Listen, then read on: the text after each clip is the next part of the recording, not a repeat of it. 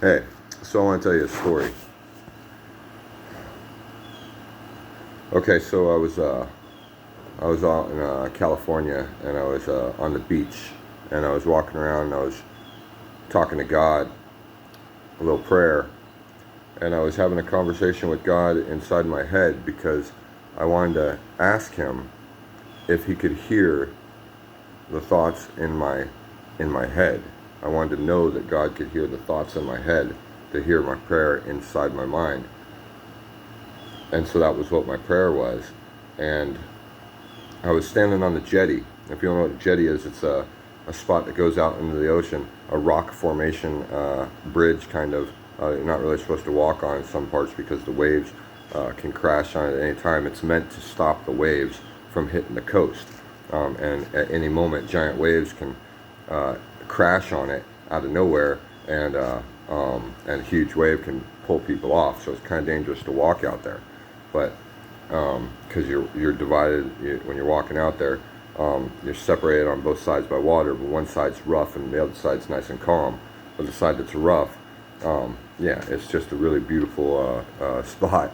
But I'm walking out in the ocean on the jetty, and the waves are kind of crashing a little bit, and I'm walking way out there, and I'm way out there past the danger zone, and I'm having a prayer with God, and I ask Him the question, can He hear my thoughts in my head? Can He communicate with me in my head? And then a conversation happened inside my head that I knew right when it happened that it was not a conversation I could have had with myself. Now, instantly I forgot that conversation. Instantly, as soon as the conversation happened, I forgot what the words were. But I remember that at that moment, I knew that it was not a conversation I could have had inside my head. And I knew it was the answer to my prayer. I knew God could hear my thoughts. And that was huge for me. And I remember I was asking God because I've had many times where I believe I've sat with angels, I've spoke with angels, and many times where I've spoke with powerful angels, and many times I've ran away from them conversations quickly because they're overwhelming. And at the time, I was thinking that, man, God, all right, if the next one that comes, I'm not going to run from it. I'm ready to have the conversation. And as I was walking back in off the jetty, walking along the beach was a man in tattered white clothes, and tattered white dirty clothes that looked like straight out of the biblical scene. And I promise you, this man looked like Jesus. He looked like Jesus. He was walking on the beach barefoot, feet were dirty. He looked like a homeless man, except for like tattered white, like old biblical clothes. Like, and as I'm walking past, I walked past him, and I made it like 100 feet past him. I'm like, you just had this prayer with God, and you got to go back and talk to Him. You got to go back and talk to Him. I was like, what do I say to him? I walked back up to him, and I offered him a smoke. That's what I do. I walk around offering people smokes before they can even ask. It's just something I do to try to make people smile. But I don't know why that's all I could say up to him was, hey, would you like a smoke?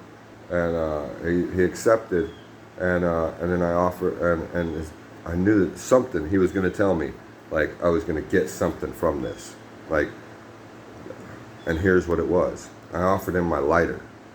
And he said, many people try to offer me their lighter. Many people try to give me their lighter, but I have many lighters. He said, what I really need is fuel for the lighters that have burnt out. Many people try to give me their lighter, but what I have many lighters. What I need is fuel for the lighters that have burnt out.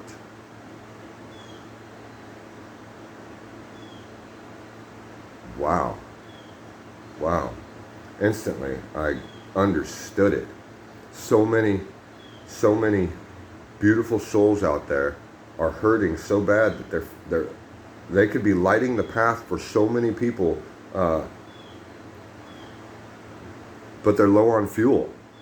They're low on fuel and they need refueled.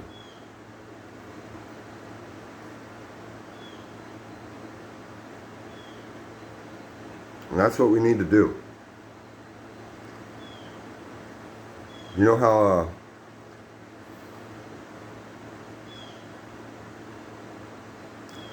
when one lighter is almost out and it won't light anymore, but another lighter, if you light the flame on it and you bring it over to that lighter, it'll light it back up. Like you bring the flame to the other one and it'll reignite it.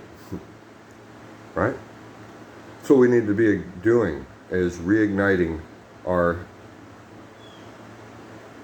brothers, our sisters, and refill their cups. Now, whoever was meant to get this, you're going to understand this. I hope this reaches somebody who needed it. I love you all. The story ain't over.